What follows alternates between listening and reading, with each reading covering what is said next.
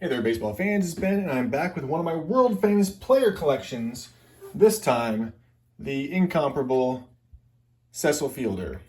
So, if you were a baseball fan in 1990, then you surely remember Cecil Fielder, who came seemingly out of nowhere to hit 51 home runs, lead the league, the first player to hit 50 home runs, over 50 home runs in the American League since Mickey Mantle in '61, and the first in all of baseball since George Foster hit 52 in 1977.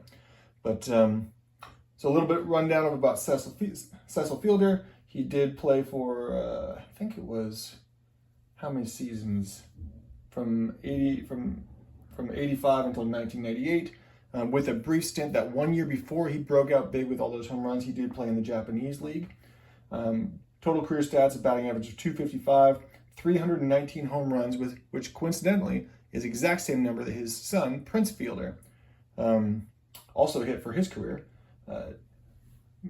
Career totals of 1,008 RBIs, and he played for the Blue Jays, then jumping over to Japan for the Hanshin Tigers for a year, and then the Detroit Tigers, which is what he's mostly known for, jumping over to the Yankees for 96-97 seasons, and then finishing off with the Angels and the Cleveland Indians in 1998 before retiring after trying to make the Blue Jays team again. The Yankees, he did become an integral part of that World Series team for them, so played a big role there. So let's run through his baseball cards. Actually, he and his son Prince are also the only father-son duo, I think, to both hit 40 home runs in a season, or maybe they both hit 50 actually.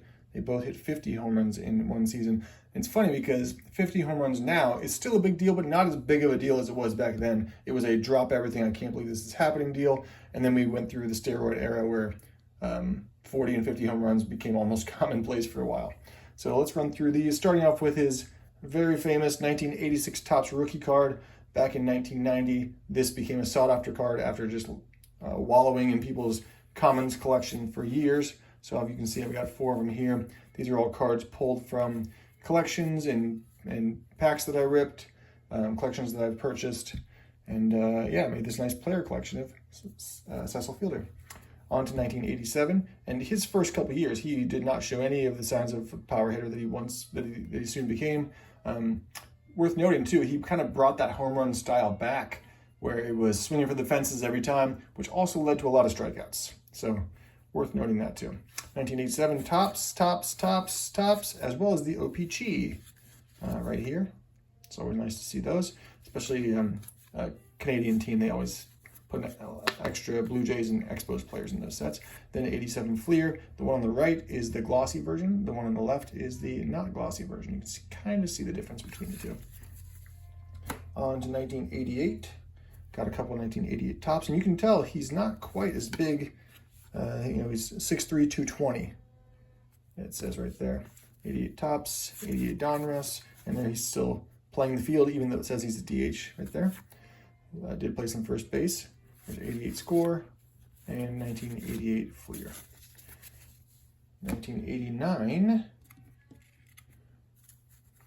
There's his Topps card, as well as Donruss. There he is in Upper Deck. Again, 6'3", 220. 89 Fleer, which is not the world's greatest card. And 89 Score there, so a handful of those. Moving on, 1990 was the year you wanted. So I don't have the Topps traded for some reason. I did at one point, but I don't now. But when that came out, that was the one that everybody was sought after.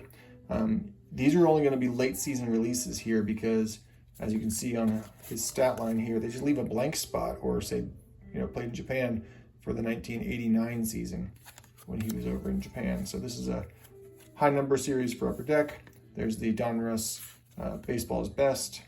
There's the Bowman late series there. There you go. Made his major league debut with the Blue Jays. He played in Japan in '89. There is Score Traded, classic travel game yellow, and Topps Big. Let's see if they still have him listed. Yep. Well, they put 230, so 6'3", 230 in that one. On to 1991 is when you see a giant stack here because it blew up. Topps stayed pretty close to the vest here. You can see a really nice looking 1991 Topps card. But then they gave him an All-Star card. He was a 3-time All-Star. But Donruss said, nope, we're not going small at all. Here's his base card from second series. But they also had a Diamond King, rightfully so. And they also had a highlights for the 50 Homer Club. And they have a lot of those. And they had his MVP. So they have 4 cards in the regular issue set. There's Upper Deck's tribute to his performance of 51 homers. Led the league in RBIs 3 years in a row as well. In that 94 season, probably would have done the same if it weren't strike shortened. There's the OPG Premier. There's his 91 score All-Star with the caricature head. There's the 91 score base card. There's the Master Blaster. I always really liked these cards. I know they're kind of gimmicky, but I really like them. There he is with post serial, with no helmet on, so clearly from the Home Run Derby. There's the 1990 highlight from Score. There's 91 Leaf, a couple of those 91 Leaf. There's this one is the preview card, by the way, which is why it's different than the Leaf card you've got here. So that's pretty cool. There's the 91 Bowman, horribly miscut here. It's the Slugger one. And then there's the 91 Fleer, 91 Topps Stadium Club All-Star set. Came in the Dome box, if you remember that. 91 Fleer Ultra, great performances, and 91 Studio, 91 Upper Deck, and 91 Upper Deck All-Star Game. So a lot of oddball sets I've got included in there.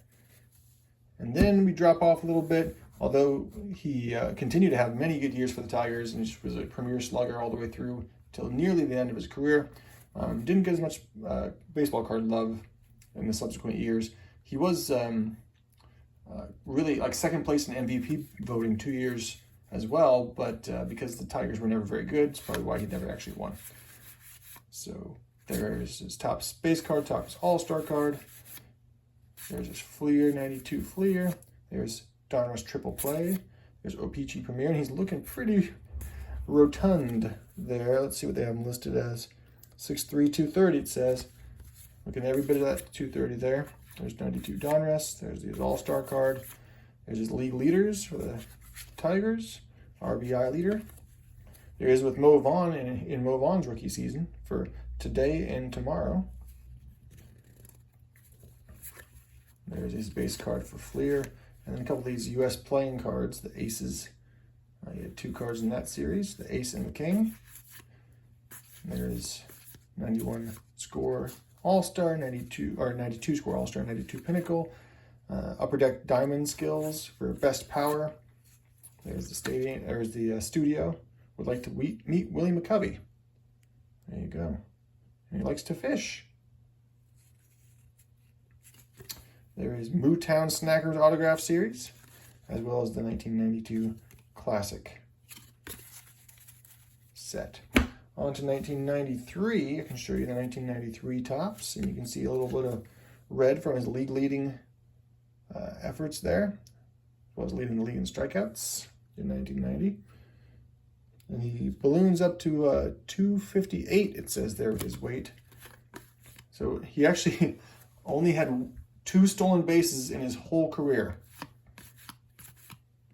So not a speedster, that's for sure. There's 93 Fleer Ultra, Pinnacle. This is Upper Deck SP. I think it's the first year of Upper Deck SP. There's 93 Upper Deck. There he is with a camera. Ooh, some paper loss in that one. That's a better version. And there he is with the Motown Smashers with Mickey Tettleton, the catcher. There's the On Deck with Cecil Fielder. His career goal is to try and win and help young kids. What a good guy. Loves to play basketball. Message for kids is to be a good person. Be yourself and be a good person. And he would pick to start on a team, Kirby Puckett, smart guy. There he is with Score Select. There's Donruss Triple Play Scratch Off game. There's 93 Donruss. This is the Mets Baking oddball set here. Came in a little tin. Hostess Cupcakes. to round us out for 93. On to 94. I start to dwindle down a little bit here. Here's Topps Stadium Club. There's Leaf. Not the most flattering picture for him there. Here's the home field advantage from Upper Deck, and as well as a bunch of 94 Pinnacle cards. So up to 245 as a stat line there. Here's the Cyber Stats version of his 1995 Topps, so you can see what they project he would have done had he been able to finish that season. Maybe finishing with 40 home runs and 133 RBIs. Would have certainly led the league in RBIs probably that year.